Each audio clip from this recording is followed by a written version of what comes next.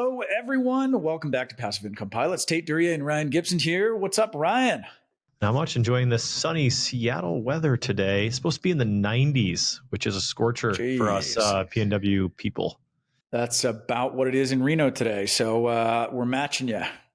Oh, really? Wow. Okay. That's right. I Spending like the summer in Nevada, which has been beautiful, doing little weekend trips, but all the while staying really busy. Totally. And you know what? We had a blast last week at our bus tour in Houston. That was super fun. It was so fun. It was whirlwind. I think I was on the ground for less than 24 hours. But yeah, we got to see 4 out of the 7 storage facilities. Thank you to all the listeners that came out. That was a blast. If you missed it, hope to see you on the next one. I'm sure there will be one at some point. And we had a great happy hour at Tall Yards Brewing. People got to drink some beers on us. Yeah, we had a CRJ 200 full of pilots traversing Houston on a 55, right. Well, actually 55 passengers on that bus. But man, that was a blast. We actually saw over 100 people over 2 days because we did a bus tour for 2 days. That's right. And I think the feedback on that was world class. Like everybody really enjoyed the time, and it was a lot of fun. We learned a lot. We walked the sites. I actually thought of things and learned things as I went through each site. But one thing we did say on the bus, and thank you for some of the awesome reviews that have come into our podcast. Hey, Mr. McAllister, thank you so much for leaving us a 5-star review and saying how much you enjoy the podcast and what it does and what it's done for you. So if you're listening to this, shoot us a review. Only if it's a good one, though. We don't want bad ones. That's right. If you want to complain to us, you can just send us an email or something like that. There we go. Yeah, it'll go right to our spam box. Anyway, so we'd love some reviews. Of course, it inspires us to keep going and inspires other people to listen to the show. But one of the things that McAllister actually mentions in his review is talking about tax and legal planning and estate and asset protection. Really, the asset protection one is the underlying one. And that's the thing that we're talking about today is asset protection. And I would say, Tait, the number one question that we both get is, do I need to put my rental property in an LLC? And then there's all kinds of questions about, is one LLC enough? Or do I have to put every property in an LLC? Do I have to just do one? Do I have to do a master LLC and then subsequent LLCs? And can I just risk it without it? Can I, right. How complex do I have to make it? Does it have to be in Wyoming, Nevada, or Delaware? Which one is better? Or is it in my home state? Or, just all these questions. And it's just, there's so many different ways and confusion out there on how people actually put their rental properties in their LLCs. Other question I get all the time too is how do I title my syndication? Do I put my syndication in an LLC and is that necessary, or do I put it in my trust? So absolutely.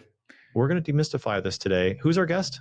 Our guest today is Adam Kintigh, and he is from Nevada Corporate Headquarters. Adam is an absolute wealth of knowledge. I actually got connected to him through a referral. I actually can't remember how I got connected with Adam.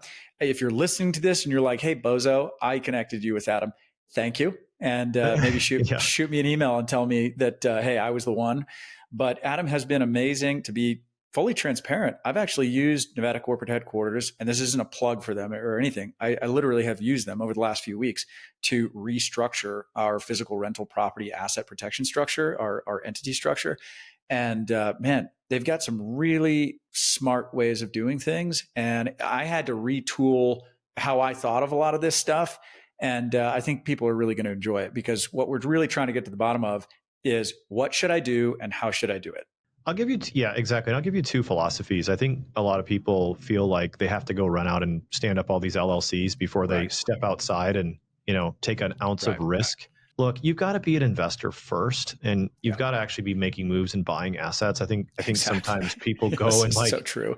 I mean, literally one of my accountants from the past is you will not believe how many people go and set up, 18 LLCs and they own no property. Right. So don't do that. Don't sign up for the LLC factory and stand up all these things that you don't really need. But know that you will get the asset protection through an LLC. And again, we're not giving any tax, legal, or investment advice. Obviously, do your own due diligence, talk to your own attorneys, talk to this guy. But I think it's really important. Things will go wrong as you buy more and more units, as you acquire more and more wealth. Guess what?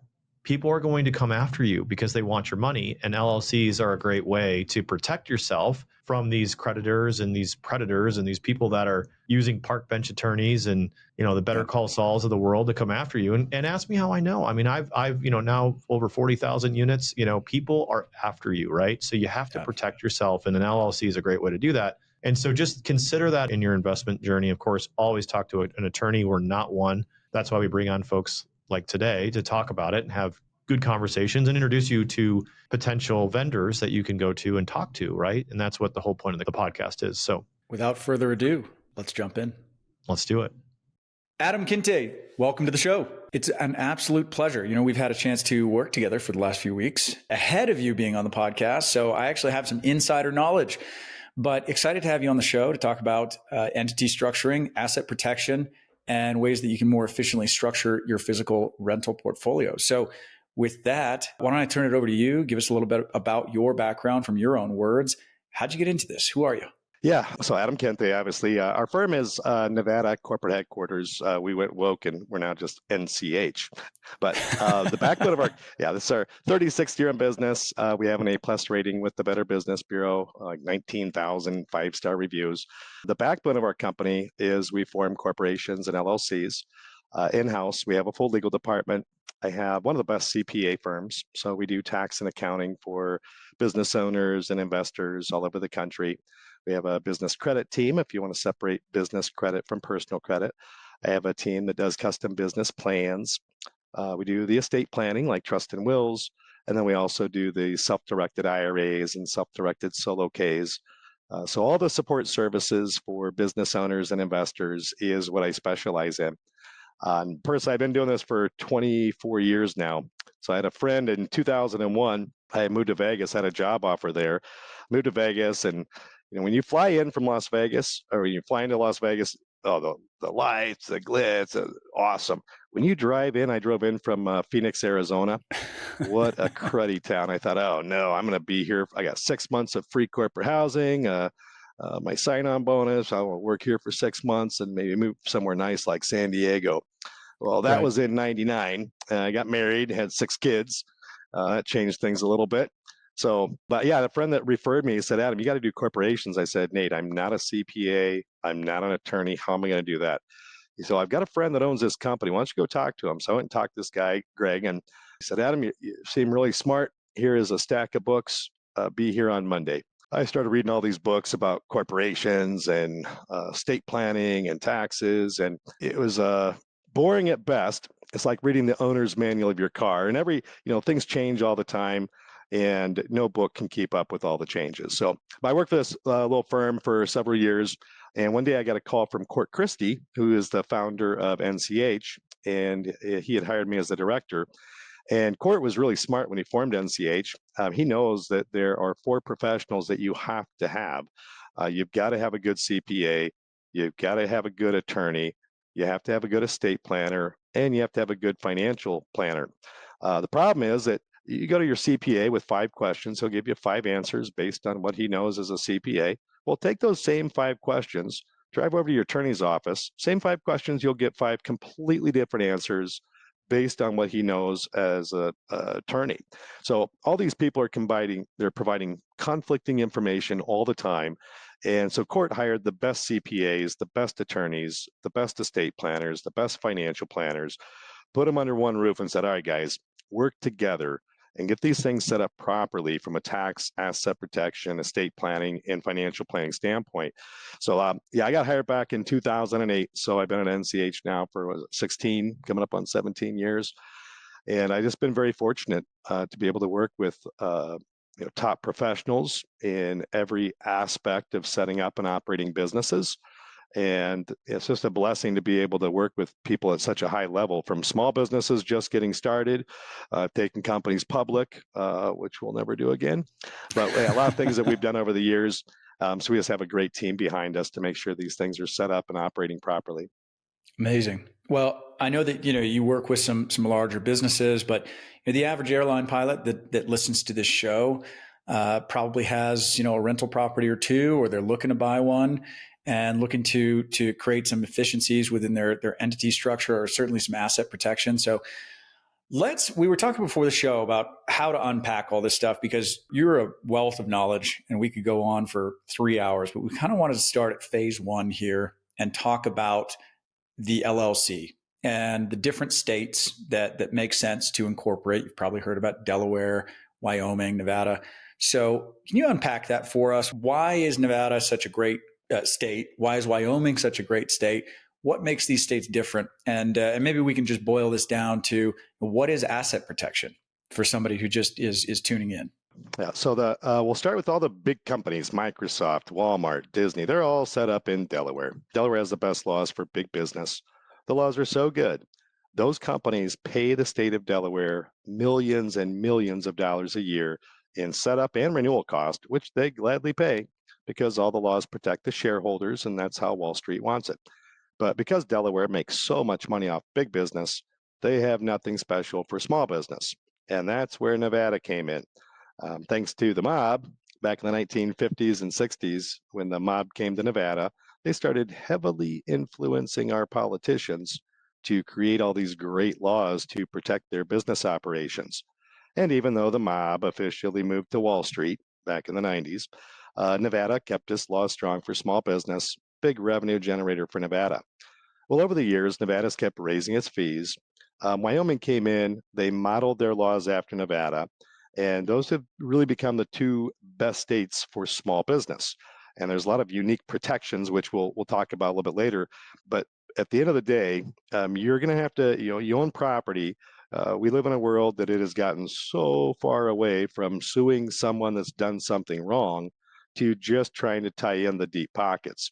And, we got 1.3 million attorneys in the US, and there's just not enough good cases to go around. So these guys get stuck taking bad cases with bad facts, just trying to make a living. And it's crazy how recently, we always see these contingency fee attorneys. So I actually live in Omaha, Nebraska right now, but I had been in Vegas. My office is in Vegas. And I was at the office over the holidays for Christmas, and I had a little balcony. And we're in the third floor of this building. I had a little balcony in my office there. And I walked outside and I see this bus driving by, a city bus, and on the side of it, Morgan and Morgan, with over 1,000 attorneys in every state. If we don't win, you don't pay a dime. So I remind people, the poorest people in this country can hire the best attorneys. It costs them nothing. And these attorneys, they are contingency fee attorneys. They're going to take that case for free. So We've got to think ahead a little bit. And I tell everyone, keep good insurance. I used to be a licensed insurance agent. I was licensed in 43 states, and it's a dirty business. I tell everyone, keep good insurance. But remember, there's so many things that happen where insurance won't pay or won't pay enough. That's where the LLC comes into play. That is truly, if it's set up and operating properly, that LLC is going to protect all of your personal assets, your future wages, everything you have. If it's not set up right, you'll find out about that when you get sued. Let's talk about that because, a lot of people probably have never been sued. What does that look like? What's the most common way that somebody ends up getting sued? Let's start there. I'll say common way. Well, there's two things we look at. When you own property, as innocent as you may be, if you own the property, you are responsible. One I'm dealing with right now, I have a client that he personally owned 9 properties. He's involved in a bunch of syndications, both general partner, limited partner. And then he was trying to help a friend out. So he did a general partnership, and him and his buddy bought a house in Virginia. And the lady moves in July, and now he's in almost $100,000 in legal fees because the lady is claiming there is mold in the property. And guess what the insurance company says about mold? Sorry, we don't cover that. I've got another guy last week. He's dealing with an eviction problem. He had to evict a tenant in a commercial building, and now they came back and filed a countersuit for $1.3 million. The guy got evicted. He wasn't paying his rent, and he's filing a lawsuit on that. So I guess common, I don't think there's anything common. It's like lightning striking. We know that lightning strikes all the time. We just don't know when and where it's going to happen. Right. So now that's the inside liability. When you own that property, I had another one recently where this guy bought a new build in Florida as a rental, and he gets a notice from Morgan & Morgan that they're suing him because somebody had slipped and fell coming down the staircase, and they claim that there is a faulty stair rail or a handrail. So he's getting sued for that. So owning the property, you have liability, but oftentimes people don't think about you personally have liability as well. So if you were to get in a car wreck or anything like that, depending on the state you live in, your primary residence may have a certain level of homestead protection where they can sue you and they can win, but they can't take your house. So Florida and Texas, for example, unlimited homestead exemption, whatever your house worth, they can't take it. In Nevada, I think it's $550,000 of equity is protected in Nevada. And there's a lot of states that have minimal, $50,000 to $150,000 of homestead protection. But generally, your primary residence does have some level of protection as a primary residence. However, your rental properties, no, they're not protected. So I'm married. We have our 6 boys, and 5 of them drive, and they drive my vehicles. Well, if they get in a wreck, guess who's getting sued? That'll be me. So you get brought into a deposition. You got to list everything you own, and those rental properties are part of it. And this is why getting the LLC set up is, if it's done right, and we'll talk about the Nevada, Wyoming, some of the benefits, but they can sue you, they can win. They cannot touch that LLC to satisfy your personal debts and obligations. And again, those are very unique protections that are not offered in all states. Nevada and Wyoming, those are the ones where we get that charging order protection by statute for single member and multi-member LLCs. So again, we got 2 sides of it. The building causing an accident, and then you and your liability and your family's liability. And just so that everybody's following, somebody slipping and falling in your property is an inside attack, and you getting in a car wreck outside and they're taking your property because they're suing you personally, that's an outside attack, just so that we can tie back to those phrases. So that brings us to Nevada and Wyoming and charging order protection. So let's dive into that. What's a charging order protection? Why does it matter? Yeah, so the charging order protection is unique.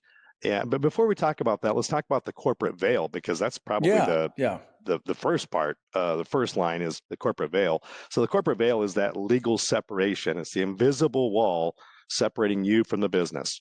And care must be taken to preserve the corporate veil. If the corporate veil is pierced, your company will have no protection value whatsoever. And it's important to know that statistically, nationwide, the corporate veil gets pierced almost 50% of the time. This is exclusively for small business. When you have 5 shareholders or less, it makes it really easy for courts to make the alter ego. They say, well, you own the company, you control the company, you are the company. This is nothing more than a sham. And pretty much every state in the country, there's anywhere from 6 to 10 ways of piercing the corporate veil. Ultimately, it boils down to your risk, or ultimately, it's up to a judge to decide whether or not you should be held liable. A quick side note, if you live in California, you have a California LLC or corporation, 28 ways of piercing the veil in California, the worst laws in the country that do not protect business owners. So we'll note on that. So the corporate veil is that legal separation, and it is true. Depending on the state that you incorporate, depends on the strength of that veil. So under other states, we have the alter ego, failure to maintain appropriate corporate records, commingling of funds. There's all these different ways of piercing that veil. Under Nevada and Wyoming, it is the highest standard of protection. To pierce that veil is a 3-prong test. All 3 prongs must be met. And the 3rd prong being to prove fraud or manifest injustice, which requires the courts go inside your mind to determine your ill intent. Thank you, mob. We have just a handful of veil piercings. A few cases were Ponzi schemes, like the Bernie Madoff deal. A few cases, guys were selling mining rights for land that was owned by the Bureau of Land Management. And it's like you or me trying to sell the Statue of Liberty. Right. There was a recent case in Wyoming called the Green Hunter Energy case, where a corporation had set up a wholly owned subsidiary LLC and then ran it as a complete sham to defraud creditors. So bottom line, yeah, you're not committing fraud. You'll never commit fraud. Yeah, they would never be able to pierce that veil to sue you personally. And I have a quick side note on this too. For anybody that doesn't really have their head wrapped around what a corporation is, can you put on your history professor hat for a second? Maybe talk about the world's first corporations, the Dutch East India Trading Company, and the whole reason this idea of a corporation formed in the first place? Yeah, so the whole point of these corporations was that we had these companies that were sending people out over on ships across the ocean to go do trade, et cetera. And oftentimes they didn't come back. And the people that were putting together these escapades, they wanted to make sure that their name was not attached, so that when your son or daughter didn't return, that's not on them. So they developed this corporate entity as a way of making sure that they personally weren't the ones that were hiring you to go out and die and going on some ocean-going venture. And then over the years, these things have grown. So corporations have been around for a very long time. And the English law was really where in England, that's where a lot of our laws here in the U.S. have come from. But these corporate entities have been around for a very long time. Right. And this is where I laugh because remember when Mitt Romney was running for president and he said, well, now corporations are people too. And that, everybody got super mad at him, but that it's true. I mean, a corporation is a separate entity. It has an EIN number, which is like its social security number. It is a separate and different entity than you. And it can conduct business. It can take on liability. It can do all of these things as if it were a separate person. And so I think that's key to understanding the piercing of the corporate veil, where they're saying, hey, unless you follow these specific formalities, we're going to disregard this corporation because you're not really running a corporation. You just did the legal setup and then you didn't do anything to actually, like things like if you didn't create a separate bank account for it, if you didn't actually transfer a property into the name of it, if you didn't have meeting minutes or annual, there's all these things that you have to do to make sure that you run a business like a business. And if you don't do that, then piercing the corporate veil means that the courts say, hey, this isn't really a real business. It's just a little bit of paperwork. So, but you're saying that in Nevada, it's very difficult to pierce the corporate veil, and in Wyoming, almost impossible. Which is fantastic. Again, unless you're committing fraud, which you would never do. So we still, when I form an entity, we set up the company, you have your initial organizational minutes. So you have your articles of organization. We file a document with the Secretary of State saying we want to be an LLC or we want to be a corporation. And that's your articles of organization. And then we have your initial organizational minutes, which appoint you as the person in charge of, signing documents, et cetera. And then we have the operating agreement, which are the rules that you have to follow. And the operating agreement, oftentimes, I just had a lady a few months ago that she used some paperwork mill and got her company set up in Florida. She's involved in a big lawsuit right now. And she's finding out how very important that operating agreement is because it was a terrible operating agreement. I think she downloaded it, or whoever formed the company downloaded it from the Secretary of State. They're not in the business of practicing law. And so she has this terrible operating agreement. And now she is she is spending hundreds of thousands of dollars in this lawsuit based on the fact her operating agreement wasn't good. So we actually have a really good operating agreement, regardless of what type of business that you're operating. And we put in that operating agreement for legal purpose or for compliance purpose, your only legal requirement for legal compliance is you must have one board meeting every year. That's it. And it's silly. There is no legal requirement that any details of this meeting be documented. We only have to document that the meeting was held and you and your spouse or you and your partners were present. So when renewals come up, I have a renewals department. They send out the renewal notice with your annual meeting minutes. And you get out your annual meeting minutes. You can literally write on that paper, the LLC will operate the same this year as it did last year. Sign it, date it, put it in the record book. That is it. So in terms of you mentioned about doing meeting minutes and such, if the operating agreement is set up properly, you're not going to have to worry about those things. I know there's someone out there listening that has an LLC, they have a property in, they've had it for years, and they're like, I've never done that. What would you say to them?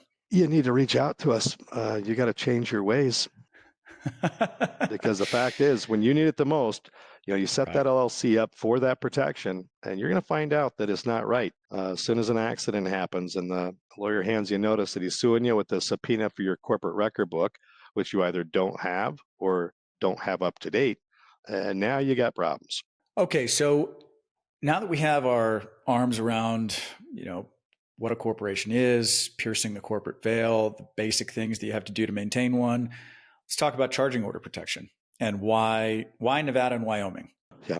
So the charging order protection is really important. So every state in this country has some level of what's called charging order protection. And what that is, the design of this was if you have partners in the business, to prevent an innocent partner from losing his interest in a business, they came up with this charging order. The charging order equals judgment. Someone wins a charging order, they get a judgment against you. So it was designed to prevent innocent partners from losing interest in business. And that was the premise of the charging order protection. And it was the whole point of that. It goes two ways. It's outside and inside. So when you have charging order protection, for example, California, if you have a multi-member LLC, you do get charging order protection, but it's very weak. Generally speaking, and I'll tell you the Nevada and Wyoming side of it, is let's say that you have a California LLC and you have a rental property in California. Accident happens. The insurance company says, sorry, we don't cover that, which happens often. If the plaintiff can demonstrate that you're not able to satisfy the judgment within a reasonable time frame, which is within 90 to 120 days, judicial foreclosure begins and the courts will foreclose on cash or assets held by the LLC to satisfy the judgment. Well, with the charging order protection, they can file the lawsuit and they can win. They cannot foreclose on cash or assets. What makes Nevada and Wyoming unique is the charging order or the judgment they would receive is the sole and exclusive remedy of the judgment creditor, eliminating the possibility of judicial foreclosure. You become the worst nightmare of these attorneys. They can sue and they can win, but they can't get paid. They can't pierce the veil. You're not committing fraud. They can't foreclose on cash or assets. They're stuck with their charging order or their judgment, hoping you someday distribute a profit. They are only entitled to profit distributions. So that is the benefit. And there's 5 states in the country that provide charging order protection for single member LLCs, Nevada and Wyoming being the best of those 5. But it also goes the other direction, where what goes hand in hand with the charging order protection is no reverse piercing. And that's if you got sued personally, they can sue you, they can win, but they can't touch the LLC to satisfy your personal debts and obligations. So that kind of goes hand in hand when we're talking about charging order protection. That's excellent. And this is important because, as we were talking offline, a lot of people have set up this old structure of using an LLC in the state that the property resides, and that LLC is then owned by, let's say, a Wyoming holding company. Let's talk about, if somebody owns a property in California, for instance, and they use a California LLC and then a Wyoming holding company. That's the one structure that you see a lot, right? Is a bunch of different companies, LLCs, owning all of these investment properties owned by a holding company up top. And people do that for anonymity because the Wyoming holding company doesn't tell anyone who owns the Wyoming holding company. So there's that barrier of anonymity there. But we were talking before about that gentleman that you had that had 21 rental properties with 21 LLCs, and it creates this nightmare. So what are some problems with that? Maybe you want to talk through that structure for anybody that doesn't purely understand it, and then unpack why there might be a better way to do things. Yeah, so the theory is that you have your California entity because your property is in California, and then you set up a Wyoming LLC to own your California LLC. So we get that piercing protection. So if somebody sues your company, if they pierce the veil, they're not suing you, they're suing the Wyoming company, and you're protected. Conversely, if you got sued personally, you get brought into a deposition, you got to list everything you own, your house, your cars, and you don't own the California LLC, which they could have taken. You own the Wyoming company, which they can't take. No reverse piercing. So the problem with that is that you are missing out on the charging order protection, because if they can demonstrate that you're not able to satisfy the judgment within a reasonable time frame, they can foreclose on cash or assets held by that California LLC. So there's all these different opinions and such. Again, we've been doing this a very long time. And the way we like to set it up is I would much rather have a Nevada or Wyoming LLC registered to do business in California, so that I have the Wyoming entity on the front line. Right. So now we get the very best protection without having to have this complex structure. And a reminder for those of you in California, don't forget, every LLC that you own, I don't care where the property is, $800 a year on that darn franchise tax. Franchise tax. It is what it is. So we always try and do things in a way that is manageable, scalable, and financially efficient. And getting all these different LLCs set up, it sounds nice, but it turns into a nightmare. That doctor I was telling you about, he's got 21 rental properties. He owns a medical facility. The guy is really busy. And he has got this nightmare of properties, 21 LLCs for all these different properties that he has, all held by a Wyoming LLC. And there's this theory that in Wyoming, your name does not appear on public record as a manager, member, or managing member of the company. So there's all these talks about the anonymity and privacy. Well, the fact is, there is no such thing as privacy in our world. That's a fact. If I want to find out who owns something, you would not believe how easy it is. We were just hosting a workshop in California a few weeks ago, and one of our attorneys, one of our newer attorneys, he just got out of law school, and he got on stage and he typed in, he goes, "Hey, let's check out Governor Gavin Newsom." And within a matter of minutes, he said, "Anybody want his first 5 digits of his social security number?" And right there on public record, LexisNexis, boom, boom, boom. It's like $120 a month for their subscription to LexisNexis. They can find anything. He went to the county, pulled up, you can go to the county and pull up county voter records, and boom, there's all your information.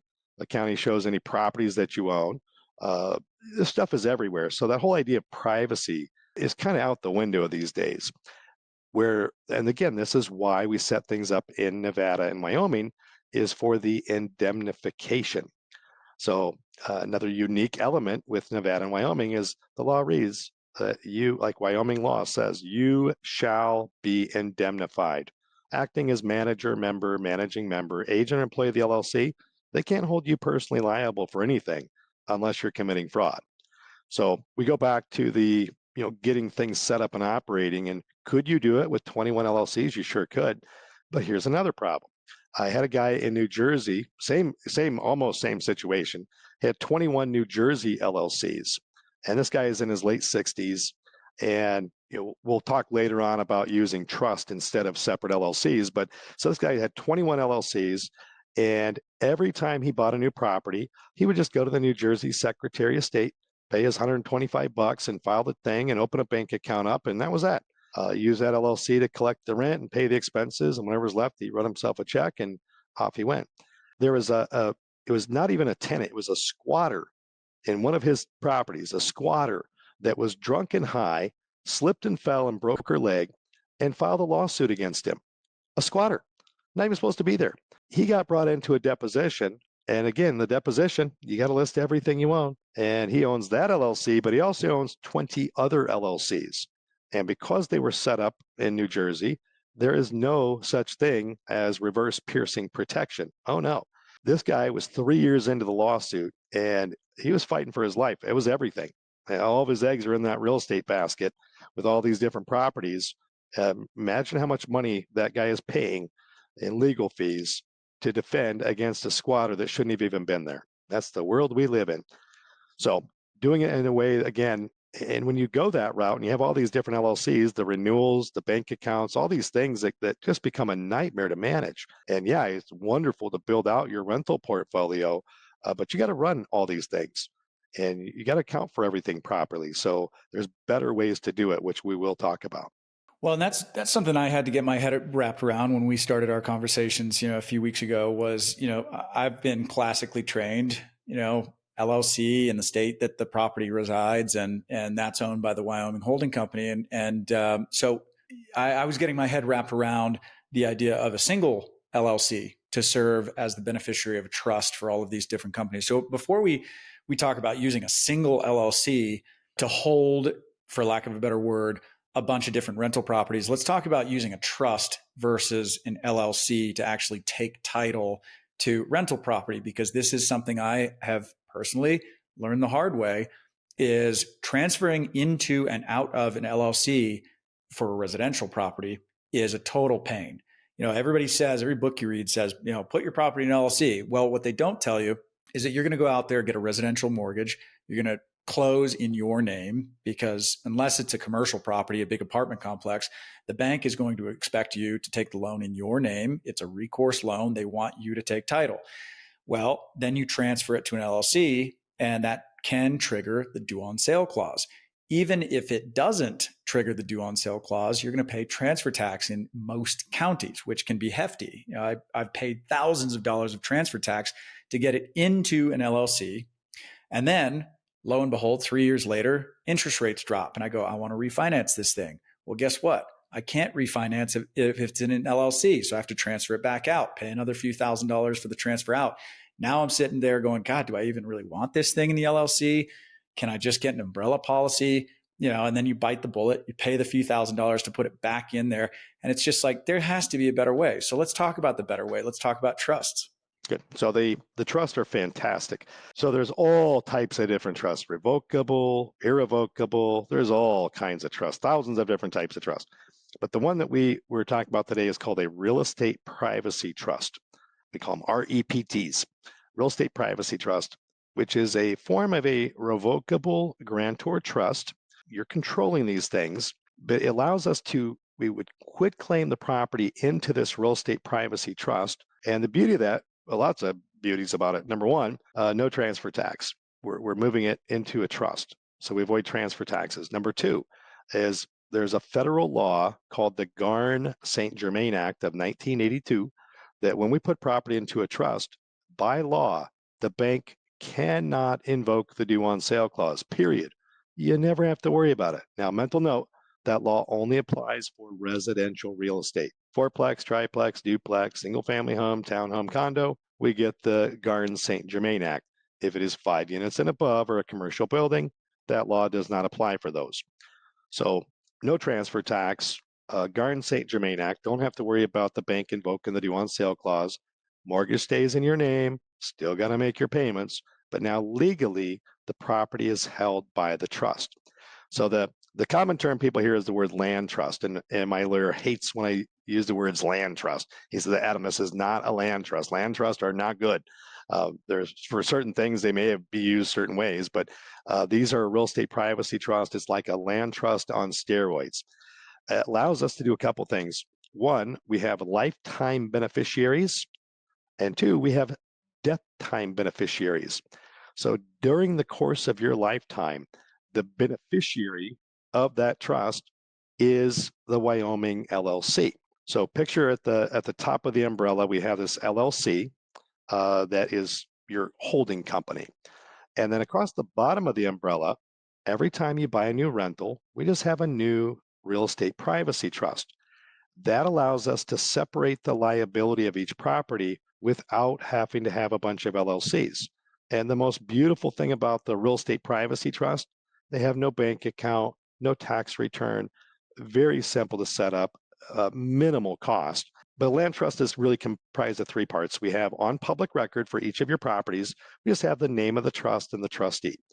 Now, the trustee for this type of trust, they have no control of your property, no ownership of your property, no liability for your property. They are just a trustee. If a lawsuit comes up, they receive notice you're being sued. Their job is to give you that notice. They also get your annual property tax records, so somebody you trust to give you your mail. So for example, the way I used to do it, I had my sister as my trustee. It's recommended you have a friend or family member, someone with a different last name that doesn't live at your house, serving as the trustee. So it used to be my sister, and recently I got a property. I said, all right, I'm being a little bit of a cheap ass here. A better way to do it is my attorney to be the trustee. So right. Now I use my attorney as a trustee, but that's what's on public record, name of the trust and the trustee. What is not on public record is the lifetime beneficiary. That's nowhere on public record. So we appoint the LLC, and the trust says that LLC gets all the benefits and all the liability. So if, God forbid, a lawsuit comes up and you get drug into court, very first question, do you own this property? Well, no, Your Honor, I don't. Who does? The 123 Main Street Trust. Their very next question, are you the beneficiary of the 123 Main Street Trust? Well, no, Your Honor, I'm not. Who is? The Wyoming LLC. And they get nothing. Can't pierce the veil, can't foreclose on cash or assets, you're in a tremendous position of power. Now, that third part of that trust is the death time beneficiary. So upon your death, the beneficiary becomes your revocable living trust, or if you don't have a revocable trust, I could have the death time beneficiary become a children or whoever you want as a beneficiary upon your death. But this is a beautiful way to do it, because now I've got one LLC with one checking account. It's going to collect the rent, pay the expenses, whatever's left. I bank transfer myself the money. Tax time rolls around. And for most people, if you've got a small portfolio, it's just you or you and your spouse, you have a small portfolio, that LLC is disregarded for tax purpose. It does not even file a separate tax return. All the profits and losses of those rentals, they report on your personal return. It is 1040, Schedule E, exactly the same as if you did not have the LLC. And the beauty of this, you could have 10 rentals under this one LLC. And if anyone ever looks up the LLC on public record, the LLC owns nothing. There is no evidence that shows that that LLC does, in fact, have 10 properties under it. So that LLC, if anyone ever looks it up, it's an empty shell. Money in, money out. So again, great way to do it. And it owns nothing because it's simply the beneficiary of all of these trusts, right? So we're essentially solving two problems here. We're replacing the property ownership at the property level from an LLC to a trust, which some firms call land trusts, Nevada corporate headquarters calls real estate privacy trusts. Whatever you call it, and however each firm might structure these things, essentially it is a grantor trust that holds the property rather than an LLC. And then you have the LLC off to the side owning beneficial interest in that trust. Now, you can set up that same structure. You can still have 21 LLCs with 21 real estate privacy trusts and an LLC for each one of the properties. But you can also, and I'd like to talk about, what would you say to the person that says, okay, well, wait a minute, this person has 21 real estate privacy trusts. This same LLC is serving as beneficiary for all 21.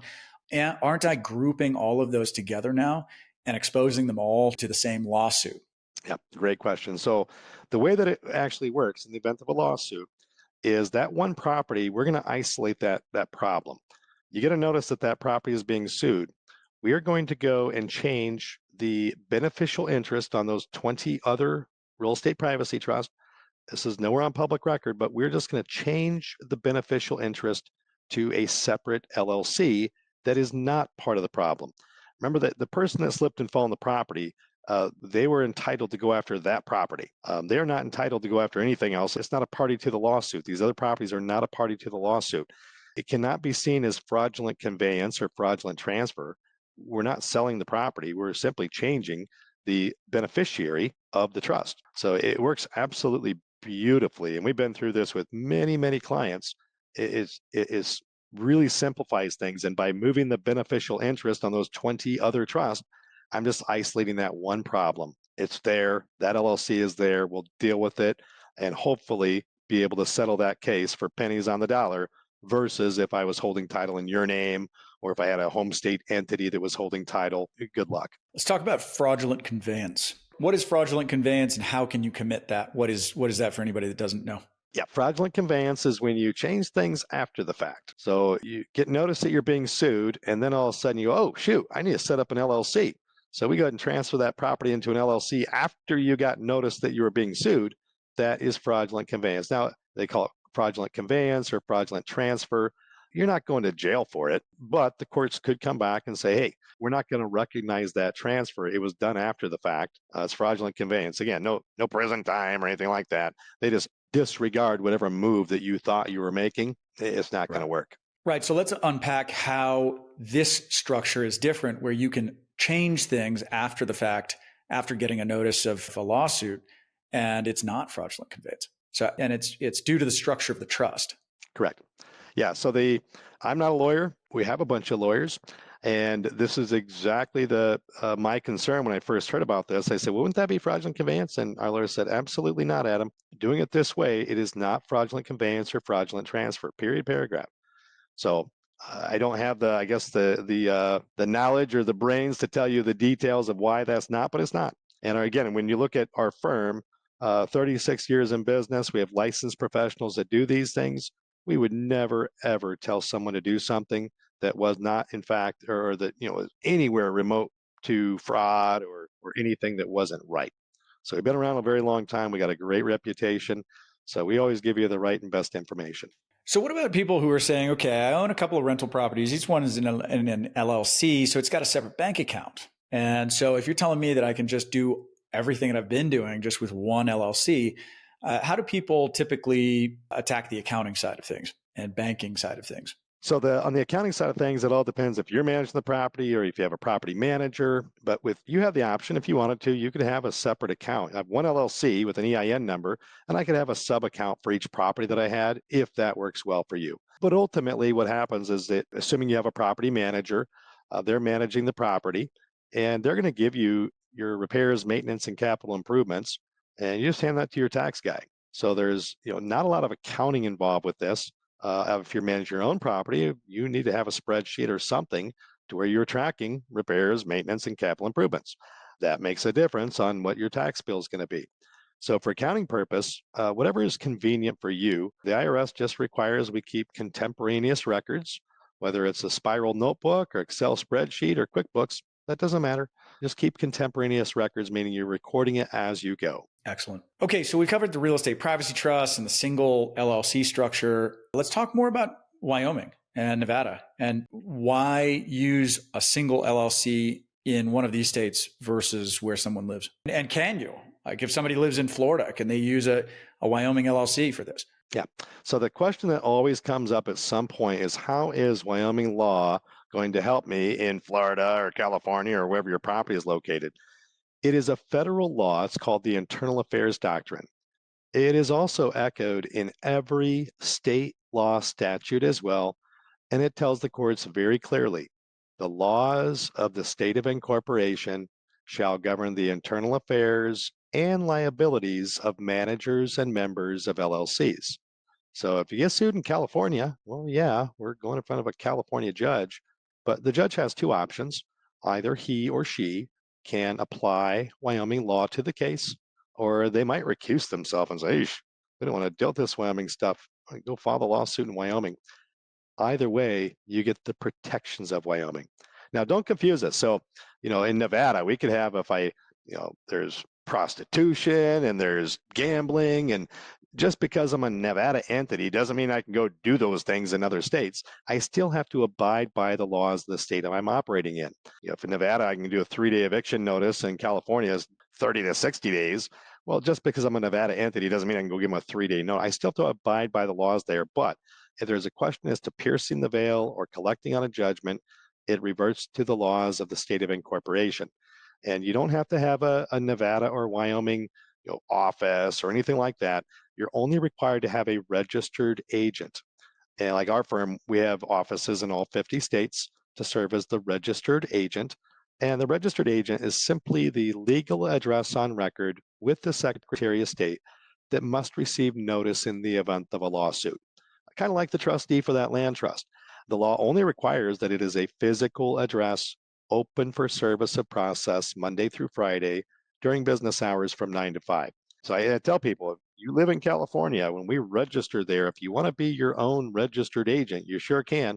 I think it's penny wise and pound foolish, but you could.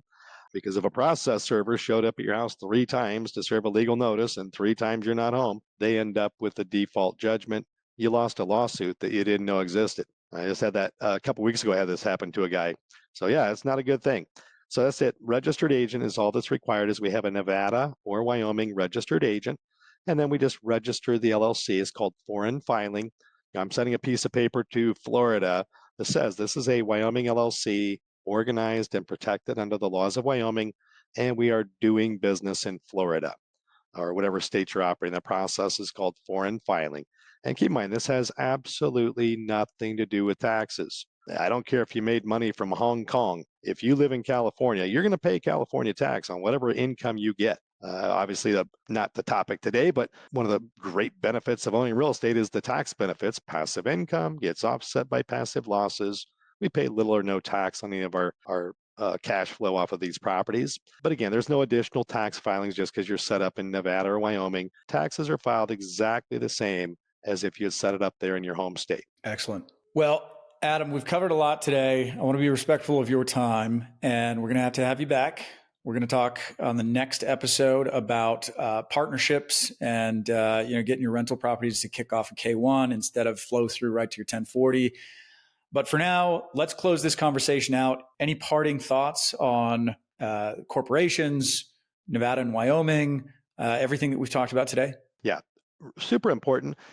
As you get things set up and operating, these pieces have to be done right. And we've got to be proactive in doing this. You had brought up, someone says, well, how about I'll just get an umbrella policy.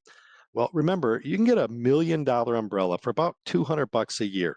They are cheap for a reason. An umbrella policy only kicks in if the underlying policy exhausts its policy limits. Your chances of winning the Texas state lottery are twice as good. So I have one. I have an umbrella for one reason. If one of my boys gets in a car wreck, in my opinion, the only insurance I have that might max out a policy limit is my auto insurance, and that's why I carry it. But keep good insurance. But again, be proactive in getting your entity established. It's from the date of incorporation. When you start this moving forward, now we're protected. I can't go backward to cover you for a problem in the past. So at the time the incident gave rise to a lawsuit, whose name is on record as the owner, that's the person that's going to be responsible. So that's very important. Just be proactive. Start thinking about getting these things in place when you don't have problems. And by getting these little pieces in place and doing things properly, it really puts you in the very best position where you can sleep easy at night, knowing all these things are done right. I've done the best I can do. My family, my home, my future wages, those are all completely protected by getting these things done right. Absolutely. All right, Adam, if people want to reach out to you, get started on this, how do they get a hold of you? Yeah, just send me an email, adam@nchinc.com. Again, Adam at N like Nevada, C like corporate, H like headquarters, INC for incorporated, nchinc.com. Send me an email. Make sure you put that you had been on the podcast with Passive Income Pilots, and I will help with whatever you need. We'll schedule some time, and I'll just understand what you have going on, and I'll see how we can best help you with things. Really appreciate your wisdom. We can't wait for the next one because we're going to get into some more advanced strategy. So look forward to having you back then. And for anybody who is looking for some entity structuring, highly recommend these guys. They've been very helpful in my own personal situation. So thank you, Adam, sincerely for the work that we've done over the last few weeks. Thanks for having me. Look forward to talking again soon. Take care.